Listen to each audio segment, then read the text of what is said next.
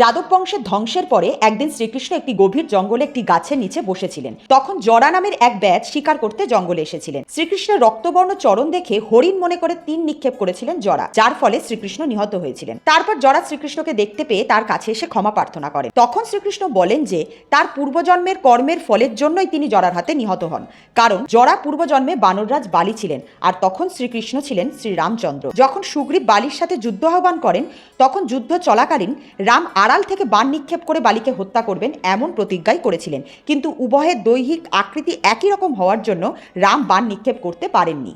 পরের দিন আবার সুগ্রীব ও বালির সাথে যুদ্ধ হয়, কিন্তু যুদ্ধের আগে সুগ্রীবকে চেনার জন্য রাম সুগ্রীবের গলায় গজ পুষ্পিলতা বেঁধে যুদ্ধক্ষেত্রে পাঠান।